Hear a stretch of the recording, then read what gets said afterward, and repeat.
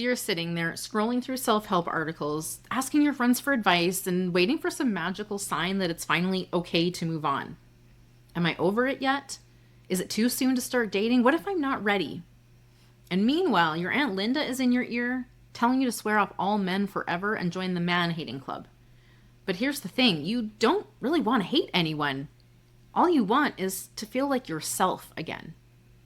Now, your healing isn't a group project. You do not need a consensus. So let's talk about how you can stop waiting for permission to heal, how to trust yourself, and why your timeline is the only one that matters. Hey there, love rebel. Christy Holt here, your happiness hussy and recovered good girl. Welcome to Unstuck, 30 days to rewrite your love story. Repeat after me. I am the plot twist. Now let's freaking go. Healing from heartbreak isn't something that you need permission for. It's something that you choose. Now, I see healing differently than many other people because for me, healing isn't about fixing yourself or moving away from your too much or your quote unquote brokenness. It's actually about returning to and remembering your wholeness. Now, in my lifetime, I sure have spent a lot of time trying to fix myself. I thought healing was about becoming someone new, someone better, someone less broken. But the more I tried to fix myself, the more I realized I wasn't broken. I was actually whole all along. So here's today's shift. Healing isn't about following someone else's rules or about joining the man-hating club. Looking at you, Aunt Linda. It's about trusting yourself. It's about knowing yourself. And it's about giving yourself the permission, the validation, and the acceptance that you desire. And when we see healing as a return to wholeness, everything changes. It's not about having to stay on this endless hamster wheel of fixing or proving that you're enough or betterment. It's about evolving and growing from a place of peace, authenticity, and self-trust. It's about moving toward who you are rather than away from who you think you're supposed to be. The only permission that you need is your own. So next time you find yourself waiting for a sign that it's time to heal, I want you to stop and ask yourself, what would healing look like if I gave myself permission to be whole?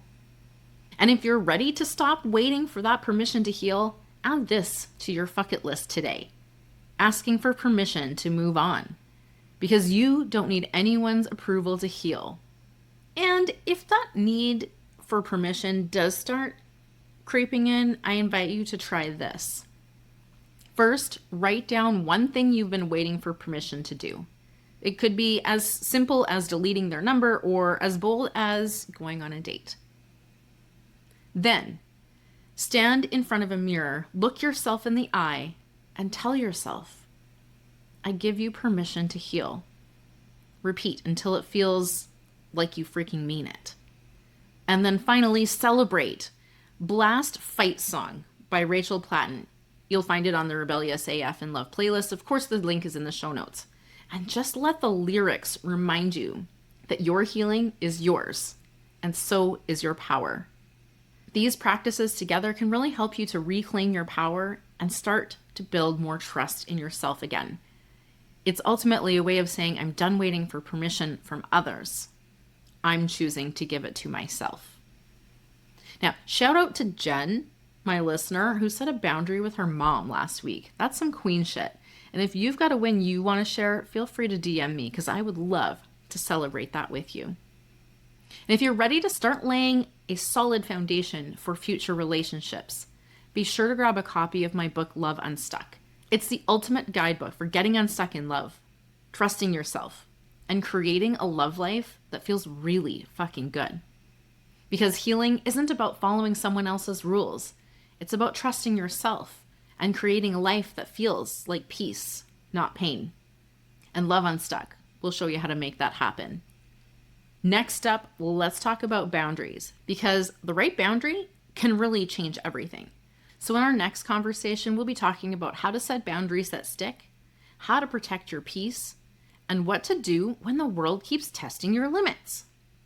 And if you've ever struggled with not knowing how to say no, this conversation is for you. You are not alone. You are not broken. And you're absolutely not the only one who's ever Googled how to set boundaries without feeling guilty. Let's heal this shit together. I love you. Now let's go do some epic shit, shall we? If this hit like a 2 a.m. epiphany, do me a solid. Subscribe. Leave a hell yes below. Share this with someone who's done settling. And grab your plot twist toolkit at loveunstuck.com. Your love story is already rewriting itself. Now go choose yourself like your happiness depends on it, because it does.